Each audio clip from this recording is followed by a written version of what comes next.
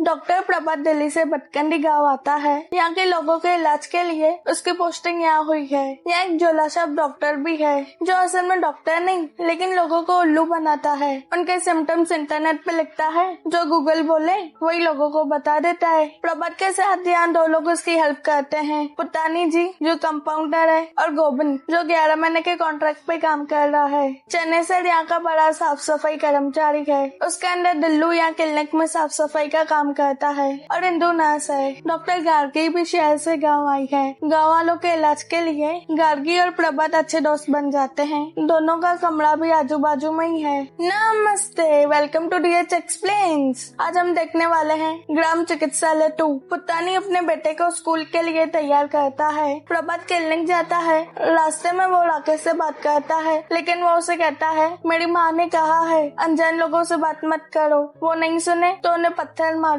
वो उसे मारने ही वाला होता है। प्रभात डर के चले जाता है। क्लिनिक में बहुत लोग अजीब अजीब बातों के लिए आते रहते हैं। एक बुढ़ा आदमी डॉक्टर को मिठाई का डब्बा देता है। डॉक्टर कहता है, मैं ऐसा नहीं हूँ जो ये सब ले, लेकिन आप इतना कह रहे हैं तो ले लेता हूँ, आपको भी खाना पड़ेगा। वो डब्बा खोलता है तो उसमें टट्टी होती है। आदमी उसे कहता है, आपने ही कहा था ना सैंपल लेके आओ, 3-4 दिन पहले की थी, लाना भूल गया इसलिए सूख गया, पानी मारो फ्रेश हो जाएगा।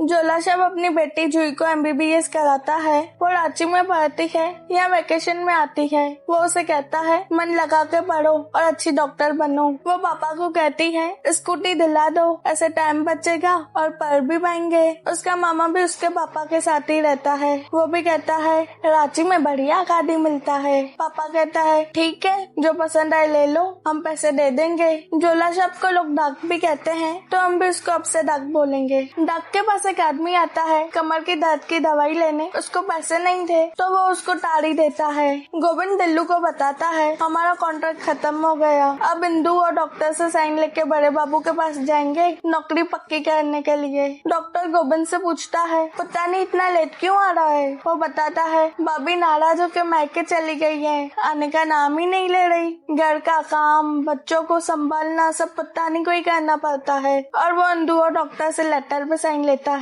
एक पति पत्नी रहते जगते चिकित्सालय आते हैं। डॉक्टर पूछता है, क्या हुआ। इसको गैस है, पूरे घर में बूम बूम करके बदबू करता है। दोनों फिर से लड़ने लगते हैं। डॉक्टर कुमुद को चेक करता है और उसे पूछता है, शराब पीते हो क्या। वो कहता है, कभी कभी पी लेते हैं। डॉक्टर उसे बताता है, ये गैस नहीं, तुम्हारी किडनी में पथरी है। दवाई देते हैं लेकिन उनके पास दवाई नहीं थी। डॉक्टर पुतानी से कहता है, हमारे पास दवाई क्यों नहीं आ रही CMO से। वो कहता है, आप ही कंप्लेन कर दीजिए बाबू साहब से, फिर आ जाएंगी दवाइयाँ। डॉक्टर बाबू साहब को फोन करता है। वो उसे कहता है, हमारे पास भी स्टॉक नहीं है, तुम पड़ोसी से ले लो। वो गार्गी के पास जाता है दवाइयाँ लेने। गार्गी आदमी को साड़ी दे के कहती है, CMO को कहना मेले गए थे, अच्छी लगी, उनकी पत्नी के लिए ले ली, ऐसा नहीं लगना चाहिए, हम ज्यादा कर रहे हैं। फिर वो प्रभात को दवाइयाँ देती है। वो उसे पूछता है, ऐसा हम क्या गलत कर रहे हैं जो आपको सब दवाइयाँ हैं और हमें नहीं। वो बताती है, 4 साल पहले हम एक आइडल PHC कंपटीशन जीते थे। वो जीतने पे सब दवाइयों की डिमांड पूरी होती है। वो कहता है, हम भी भाग लेंगे आइडल PHC में। कुमार डाक के पास जाता है। प्रभात ने उसको दवाई नहीं दी ना, इसलिए डाक उसे कहता है, तुम्हें दवा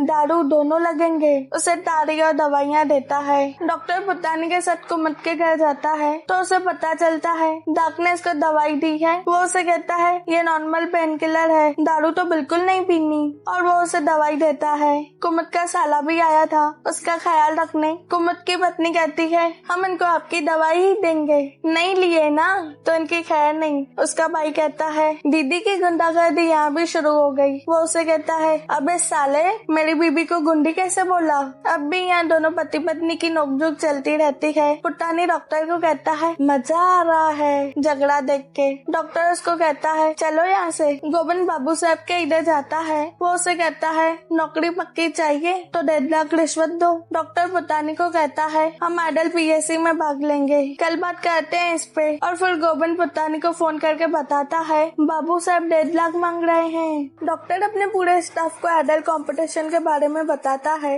और गार्गी बताती है वो कंपटीशन में क्लिनिक का स्टाफ पेशेंट की संतुष्टि और साफ सफाई के बेसिस पर विनर चुनते हैं। डॉक्टर सबको कहता है अच्छे से सफाई रखो, टाइम पे आओ, पेशेंट के संतुष्टि का काम हम मिलके कर लेंगे। और वो गोविंद को कहता है हमें बाबू साहब की डिमांड का पता चला, एक पैसा नहीं देना, हम एमओ से साइन करा देंगे तुम्हें। मौसमी और विश्वा डॉक्टर के पास आते हैं, उनकी शादी को 8 महीने हुए हैं और प्रेग्नेंट हुए भी उसको 8 महीने हुए हैं। डॉक्टर उन्हें कहता है इतनी क्या जल्दी थी? वो कहती है डॉक्टर साहब ने कहा था हमें थायराइड हो सकती है इसलिए हमें बच्चा नहीं होगा, हमने कोशिश की पहली बार में ही हो गया। पत्नी को कहता है इतना मत बताओ। डॉक्टर उसे पूछता है पीरियड्स कब आए और वो पर्सनल सवाल करने लगता है। ये सवालों से विश्वा भड़क जाता है, ऐसे कैसे सवाल कर रहे हो? पुतानी भी गुस्से में कहता है बाहर मिलो फिर देखते हैं तुम्हें। डॉक्टर पुतानी को चिल्लाता है हमें पेशेंट को संतुष्ट करना है, आपने उन्हें भगा ही दिया, जाइए कलर वाले को बुला के लाइए, क्लिनिक को अच्छे से कलर करा दें। पुतानी गोविंद जाते हैं कलर वाले के पास, वो दुकान में नहीं होता तब तक वो बाल कटाने जाते हैं। पुतानी गोविंद को कहता है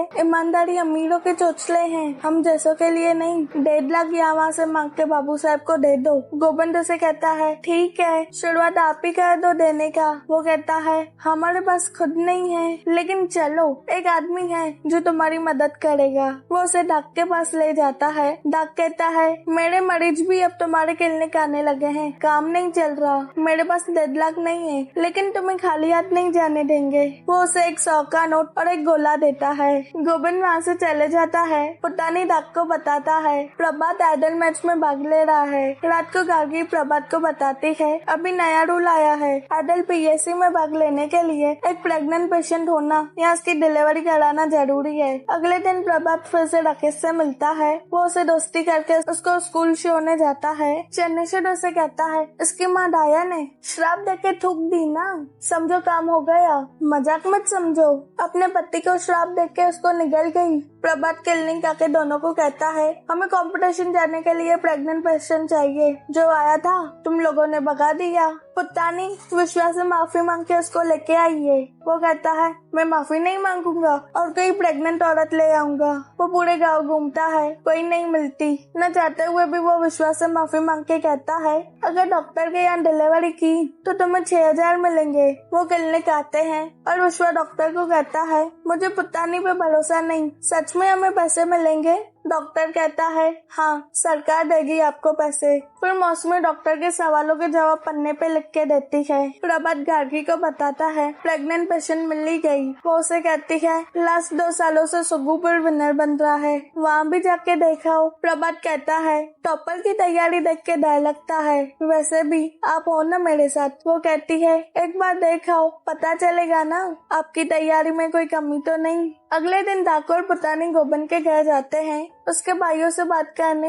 भाई कहते हैं ये 1 साल से काम किया है, कुछ तो जमा किया होगा ना? वो कहता है हमने 1200 ही जमा किए हैं भाई। भाई भड़क जाते हैं। ठाकुर ने कहता है आपकी पुश्तैनी जमीन हमें दे दीजिए, 1.5 लाख दे देंगे उसके। वो कहते हैं हम अपनी पुश्तैनी जमीन नहीं बेचेंगे और उसकी कीमत 6 लाख है। गोविंद उदास हो जाता है। प्रभात उसे एमओ का साइन देके कहता है बाबू साहब को दिखाओ, फिर भी ना माने ना तो कहो मैं खुद आके बात करूंगा। गोविंद खुश होके जाता है। प्रभात पुतानी को कहता है मेरे साथ चलो। वो दोनों सुगुपुर जाते हैं। वो क्लिनिक इतना गंदा और बन पड़ा था, वो हैरान हो जाते हैं इनको कैसे अवार्ड मिल रहा है। वहाँ खड़ा आदमी उन्हें बताता है ये जगह उसने भाड़े पे ले रखी है और ये लोगों पर ऊपर वाले का हाथ है, मतलब बाबू साहब का। जिसको वो चाहते हैं उसको जिता देते हैं। गोविंद बाबू साहब को लटा देता है। वो कहता है मुझे पैसे नहीं मिले, तुम्हारी नौकरी तो गई। गोविंद हाथ जोड़ के रोने लगता लगता है, मुझे ये नौकरी चाहिए। वो उसे कहता है, ठीक है, तुम मेरी बिरादरी के हो, मेरी साली से शादी कर लो, तुम्हारी नौकरी पक्की, जाओ अपनी फैमिली से कहो बात आगे बढ़ाए। राकेश की माँ उसकी नजर उतारती है, वो स्कूल जाता है। डाक रास्ते में कुमुद को देख के गाड़ी रोक के उसे कहता है, यहाँ काम कर रहे हो, फिर बोलोगे हम ठीक नहीं हो रहे। कुमुद कहता है, मैं बिल्कुल ठीक हूँ, अब मुझे थोड़ा भी दर्द नहीं है। डाक हैरान हो जाता है, ऐसे कैसे, मैंने इसको कैसे ठीक कर दिया। वो बताता है, आपने नहीं, प्रभात की दवाइयों का असर है। गोविंद सबको बताता है, बाबू साहब की साली के साथ हमारा शादी होने वाला है। दिल्लू बताता है, मेरे चाचा की भी जल्दी में शादी हो गई, चाची से बिना मिले। चाचा का सपना था घंटों बैठ के चाची के साथ बात करेंगे, लेकिन शादी के बाद पता चला चाची तो गूंगी है। देखना तुम्हारी भी ऐसी ना हो जाए। सब उसको छेड़ने लगते हैं। वो पुतानी को कहता है, आप बाबू साहब को बोलो हमें लड़की से मिलना है। पुतानी बाबू को फोन करता है तो वो उसे कहता है, ठीक है, लेकिन तुम अकेले आना, क्लिनिक में काम चल रहा है, इसीलिए प्रभात बाहर पेशेंट को देखता है। एक आदमी आता है, वो तोतला होता है। दिल्लू गोविंद उसे बहुत छेड़ते हैं। वो आदमी अपनी बीपी चेक कराने आया था, लेकिन मशीन गोविंद ने कहीं रख दी थी। वो आदमी को कहता है, बाद में आना, मशीन नहीं मिल रही, और वो गोविंद को चिल्ला के कहता है, जाओ मशीन ढूंढो। गार्गी प्रभात को फोन करके बताती है, आइडल पीएससी वाले आज ही निकल रहे हैं चेकिंग के लिए, आप सब नीट एंड क्लीन रखना। वो ये बात अपने स्टाफ को बताता है कि सामान इधर शिफ्ट करो, लेकिन कलर सूखने में 1 घंटा लगेगा। पुतानी कहता है, एक जरूरी काम है, मैं वो करके आता हूँ। वैसे भी 1 घंटा क्या करेंगे, हम खाली बैठने वाले आदमी थोड़ी हैं। डाक किशोरी के घर जाता है। वो पॉलिटिशियन है, पहले सरपंच था और उसका भी प्रभात के साथ पहले मैटर हो गया था। डाक उसे कहता है, आज उसके यहाँ आइडल वाले आ रहे हैं, किसी तरह उसका काम खराब करते हैं। प्रभात स्टाफ के साथ सामान अंदर ले रहा था, इतने में एक आदमी चिल्लाने लगता है, सांप ने काट लिया रे। वो उसे देखता है। वो आदमी गोविंद को कहता है, चूस के जहर निकालो। वो कहता है, मुझे नहीं आता। वो डॉक्टर को कहता है, आप चूसो, आपको तो सिखाया होगा ना।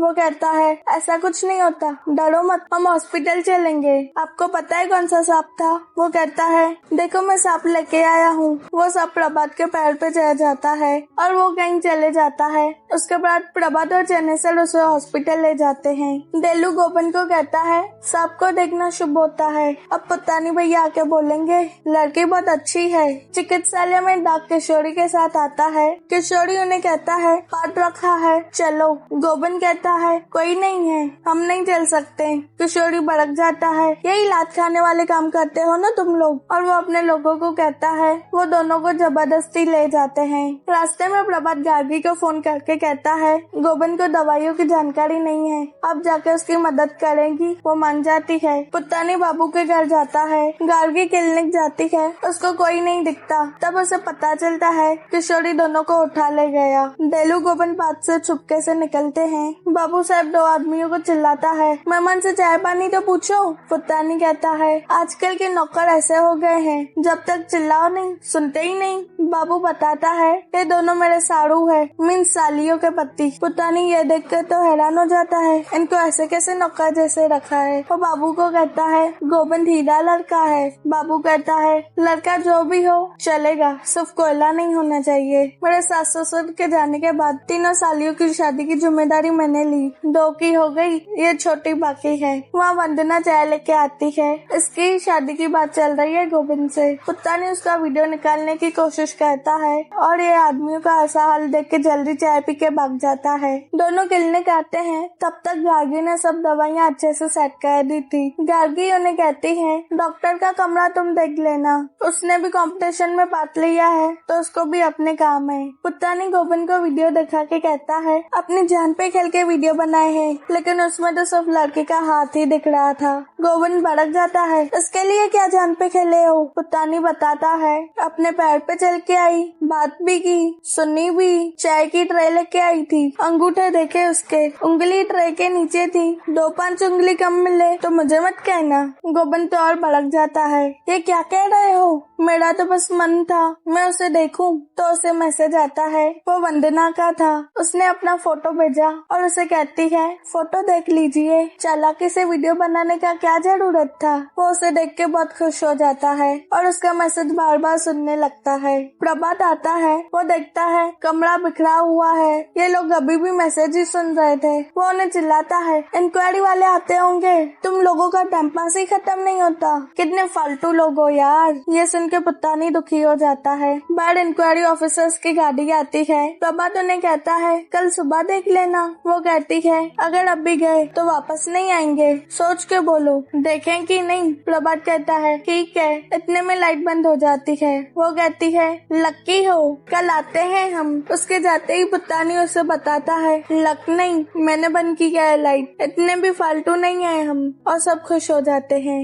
गोविंद पुत्तानी को कहता है भैया लोग शादी के लिए नहीं मान रहे। चनेश्वर उसे कहता है मैंने बाबू से बात कर ली है, उसे शादी से मतलब है, चाहे कैसे भी हो, इसलिए हम तुम्हारा जबरिया विवाह कराएंगे, तो सबको तो मानना ही पड़ेगा ना। गोविंद खुश हो जाता है। गोविंद प्रभात को बताता है आज हमारी शादी है, मुझे भी अभी पता चला, जबरिया विवाह होगा, मुझे किडनैप करेंगे, आप भी आना। वो कहता है मैं ये सब गलत चीजों में साथ नहीं देता, मैं नहीं आऊंगा। गोविंद कहता है ठीक है, इंक्वायरी के बाद मैं चला जाऊंगा किडनैप होने। बाबू के दोनों सारू एक आदमी को कहते हैं गोविंद को किडनैप करना है। वो बाबू से परेशान है, वो पी के उन्हें पीटता भी है। वो आदमी हंसने लगता है इतना डरते हो तुम उनसे। वो सोचते हैं गोविंद के आने के बाद शायद हमें थोड़ा फ्री करें। ऑफिसर क्लिनिक आके पूरी इंक्वायरी कहते हैं, वीडियो बनाते हैं। गोविंद को किडनैपर्स का फोन आता है, आओ तुम्हें उठाएं। वो कहता है क्लिनिक आ जाओ, और वो ऑफिसर को यहाँ से जल्दी भगाने की कोशिश करता है। उनके जाने के बाद किडनैपर्स एम्बुलेंस लेके आते हैं। पुत्तानी उसे कहता है इतने प्यार से क्या लेके जा रहे हो, असली किडनैपिंग लगनी चाहिए। तो उसे सूतने लगते हैं और उसे बाबू के घर लेके जाते हैं।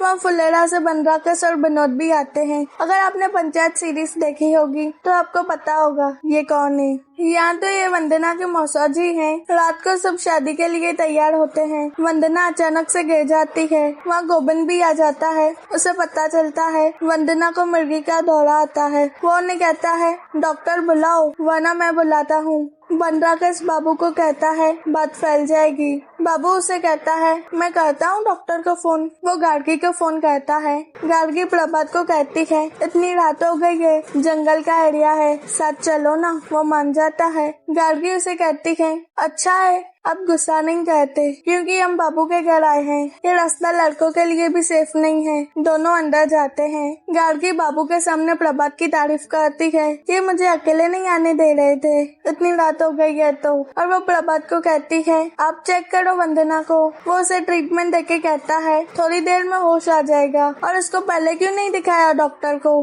गार्गी उसे कहती है शादी में असर पड़ सकता था। और दोनों अकेले जाके बैठते हैं। गार्गी उसे कहती है मैं बाबू साहब के आगे आपकी इमेज बनाने की कह रही हूँ, जैसे आपको आइडल अवार्ड मिले, और आपो की उनसे पंगा लेने की कह रहे हो। प्रभात उसे कहता है ऐसे ही इमेज बनानी होती तो आपके जैसे मैं भी साड़ियाँ गिफ्ट दे देता। गार्गी उसे कहती है आपका दिमाग ना अभी भी कॉलेज के बच्चे जैसा ही है। हमारे गाँव वालों को अच्छी दवाइयाँ और इलाज की जरूरत है, उसके लिए हमें समझौते करने पड़ते हैं। ऐसे इमेज बना के वंदना को होश आ जाता है और वो रोने लगती है। अब गोविंद मेरे से शादी नहीं करेंगे क्योंकि उनको मेरी बीमारी के बारे में पता चल गया। प्रभात गोविंद से बात करने जाता है। गार्गी भी उसके पीछे जाती है। गोविंद उससे पूछता है बच्चे पे भी असर पड़ेगा क्या मिर्गी का। वो कहता है किसी किसी केस में पड़ता है, किसी में नहीं पड़ता। गार्गी उसे कहती है अगर तुम वंदना से प्यार करते हो तो तुम्हें ये वजह से शादी नहीं तोड़नी चाहिए। वो तीनों नीचे जाते हैं। गोविंद उन्हें कहता है किडनैपिंग करके रखे हो, शादी भी तो कराओ। बनराकस कहता है देख रहे हो विनोद, ये जबरिया विवाह से तो लव मैरिज हो गया, और दोनों की शादी हो जाती है। वो अपने कमरे में जाते हैं। वंदना कहती है मुझे आपसे मिर्गी वाली बात नहीं छुपानी चाहिए थी। वो उससे कहता है मुझे भी एक कान से कम सुनाई देता है, मैंने भी आपको कहाँ बताया। गार्गी और प्रभात वॉक करके जाते हैं। गार्गी की गाड़ी में पेट्रोल खत्म हो गया था। प्रभात कहता है मैं कल बड़वा के गाड़ी दे दूंगा। तब उसे पुत्तानी का फोन आता है। उसने गोबन को भी कॉन्फ्रेंस पे लिया था। वो उसे चिढ़ाने के लिए अश्लील बातें कहते हैं। वो कहता है वंदना गुस्सा हो रही है, कल बात करूंगा। यहाँ गार्गी भी गुस्सा हो रही थी तो प्रभात भी फोन रख देता है। वंदना गोबन को कहती है आपको सच में सुनाई नहीं देता? गोबन कहता है नहीं, मैं ऐसे ही कह रहा था। और वो उसे कहती है जब तक हम एक नहीं होंगे तब तक हमारा विदाई नहीं होगा। वो कहता है सबको बोल देंगे एक हो चुके हैं, किसको क्या ही पता चलेगा। वो कहती है हम झूठ नहीं बोलते। गोबन शर्माने लगता है। गोबन वंदना घर आते हैं। पूरा गांव उनको देखने आता है और सब कहते हैं जबरिया विवाह में तो उसे अच्छी पत्नी मिल गई। वहाँ राकेश भी उन्हें देखना चाहता था। उसका पैर गलती से विश्वा के चोट पे लग जाता है। उसने उसे इतना जोर से चाटा मारा, राकेश वहीं गिर गया और उसके मुंह से खून आने लगा। सब उसे कहते हैं ये क्या किया, डायन के बेटे को मारा, अब तू गया उसके श्राप से। राकेश की मम्मी विश्वा के यहाँ के कहती है तूने मेरे बेटे का खून निकाला ना, अब खून का बदला खून, तेरा भी ऐसे ही खून ना निकाला ना तो ये एक बाप का नहीं। वो टेंशन में आ जाता है। गोबन प्रभात को कहता है आज आइडल कंपटीशन का रिजल्ट आने वाला है, हम ही जीतेंगे। लेकिन वो नहीं जीतते। गार्गी पापा को फोन पे बताती है हम जीत गए। प्रभात गार्गी को कहता है यह काम की कोई वैल्यू ही नहीं है, सिर्फ साड़ियाँ देने से ही अवार्ड मिल जाता है। वो कहती है तुम्हें हमारी मेहनत नहीं दिखती तो ठीक है, ऐसा ही समझ लो, हमने साड़ी दे के जीता। लोगों को डॉक्टर की जरूरत है, क्रांतिकारी की नहीं। गार्गी वहाँ से अवार्ड फंक्शन में जाती है। डाक विश्वा के घर जाता है। मौसमी की हालत बहुत खराब हो गई थी। वो कहता है ये डायन का श्राप है, इसमें साइंस भी कुछ नहीं कर पाएगा, हवन कराओ। मौसमी विश्वा को कहती है प्रभात को बुलाओ। वो उसे फोन करके बुलाता है। प्रभात कहता है बहुत खून बह चुका है, चिकित्सालय लेके जाना होगा और वो गोबन को भी जल्दी बुलाता है। गोबन वंदना से कहता है क्लिनिक में सामान नहीं है, दवाई नहीं है, पता नहीं कैसे होगा। वो किसे कॉल करती है। वंदना को क्लिनिक लेके आते हैं। डाक को जूही के कॉलेज से फोन आता है आपकी बेटी पेपर में चीटिंग करती पकड़ी गई, हम कंप्लेन दर्ज नहीं कर रहे, आप इसको समझा देना। डाक कहता है क्या बात कर रहे हो, हमारे पूरे खानदान में आज तक किसी ने कभी चीटिंग नहीं की। वो कहता है हमारे पास सीसीटीवी है, समझाओ इसे वरना अपने क्लिनिक में ही बिठा देना। डाक का साला उसे कहता है मौसमी प्रभात के पास गई है, अगर वो डिलीवरी करा दिया तो। डाक उसे कहता है ऐसा हम होने नहीं देंगे। वो किशोरी के पास जाके कहता है डायन ने विश्वा को श्राप दिया है, वो प्रभात दोनों को उल्टी पट्टी पड़ा के ले गया, अगर माँ बच्चे को कुछ हो गया तो हमें पहले हवन कराना चाहिए। वो मान जाता है। या मौसमी की हालत बहुत सीरियस हो गई है, खून बहुत बह चुका है, बच्चे की हार्ट बीट 100 से कम है। प्रभात का पापा उसको फोन करके कहता है ये क्या मैसेज किया है तुमने, क्रिटिकल ऑपरेशन कर रहे हो, तुमने जिंदगी में आज तक एक बच्चा डिलीवरी नहीं की और कर भी रहे हो तो सीधा इतना सीरियस कंडीशन, इसे छोड़ो और किसी और को देखने दो, अगर कुछ ऊंच नीच हुई ना तो गाँव वाले छोड़ेंगे नहीं तुम्हें, ऊपर से न तुम्हारे पास सामान है न दवाइयाँ। प्रभात नहीं मानता। क्लिनिक के बाहर एम्बुलेंस आता है। गोविंद देखने जाता है। वो आदमी उसे कहता है शादी के गिफ्ट लेके आ रहे थे तो दवाई भी ले आए। बाबू से प्रभात को फोन करके कहता है वंदना ने फोन करके बोला ये सब दवाई और सामान भेजने के लिए। प्रभात गार्गी को फोन करके कहता है आप आ सकती हैं, बहुत इमरजेंसी सिचुएशन है, आप रहेंगी तो अच्छा होगा। वो आने के लिए मान जाती है और वो अपने पापा को भी फोन करके बताता है दवाई और सामान मिल गया। पापा अब भी उसे कहता है ऑपरेशन मत करो। वो कहता है बाद में बात करता हूँ। डाक किशोरी अपने गुंडों के साथ क्लिनिक के बाहर आते हैं। क्लिनिक वाले बचने के लिए दरवाजे खिड़की बंद कर देते हैं। चनेश्वर गुंडों को कहता है अंदर मत आओ वरना हालत खराब कर देंगे तुम्हारा। किशोरी गुंडों को कहता है इज्जत से बात करो इनसे, ये बड़े साफ सफाई वाले हैं, झाड़ू पोछा लैट्रिन धोना सब इनका ही तो काम है, नौकर बोलते हैं इनको।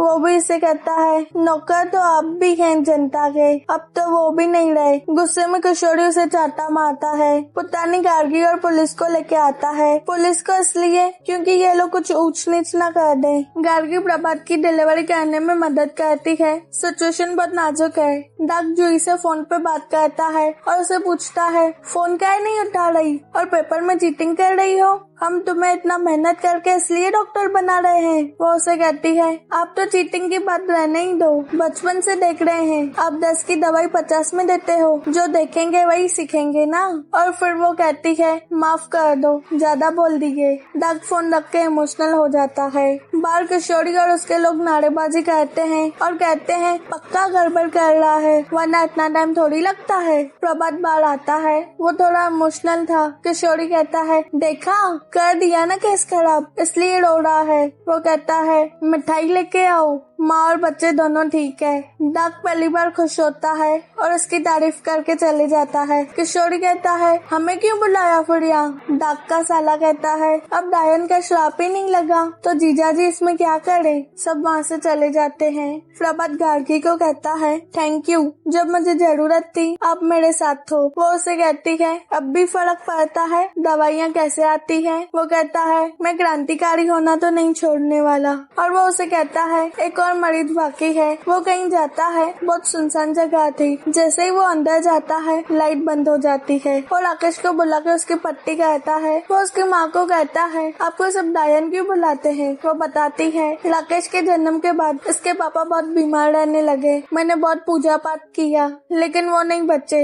एक दिन गुस्से में सब कहना छोड़ दिया। पहले तो लोग गद्दार में कहने लगे, बाद में डायन बुलाने लगे। मैंने भी सोचा ठीक ही है, छोटा बच्चा और एक जवान विधवा, पता नहीं लोग कैसे कैसे नजर से देखेंगे। डायन के डर से ही सही, कोई मर्द मेरे पे बुरी नजर नहीं डाला। हम माँ बेटे सुख से रह रहे हैं। हम भी बन गए खुशी खुशी डायन। हम आज मौसमी और उसके बच्चे के लिए पूजा पाठ किए। 10 साल बाद प्रभात उसे मिठाई देता है, क्योंकि उसने पहला बेबी डिलीवर किया। वो अगले दिन क्लिनिक जाता है, मिठाई का बॉक्स लेके। सबको लगता है फिर कोई टट्टी दे गया है इसमें सैंपल के लिए। प्रभात कहता है, बॉक्स खोलो। कोई नहीं मानता, तो वो खुद ही खोलता है। उसमें बेसन के लड्डू थे, जो वो खुद ही लाया था, क्योंकि उसने बेबी की डिलीवरी की। और सीधी से यहीं खत्म हो जाती है। आपको कैसी लगी जरूर बताएं, और ऐसी कहानियों के लिए हमारे साथ बने रहें और अपना ख्याल रखें।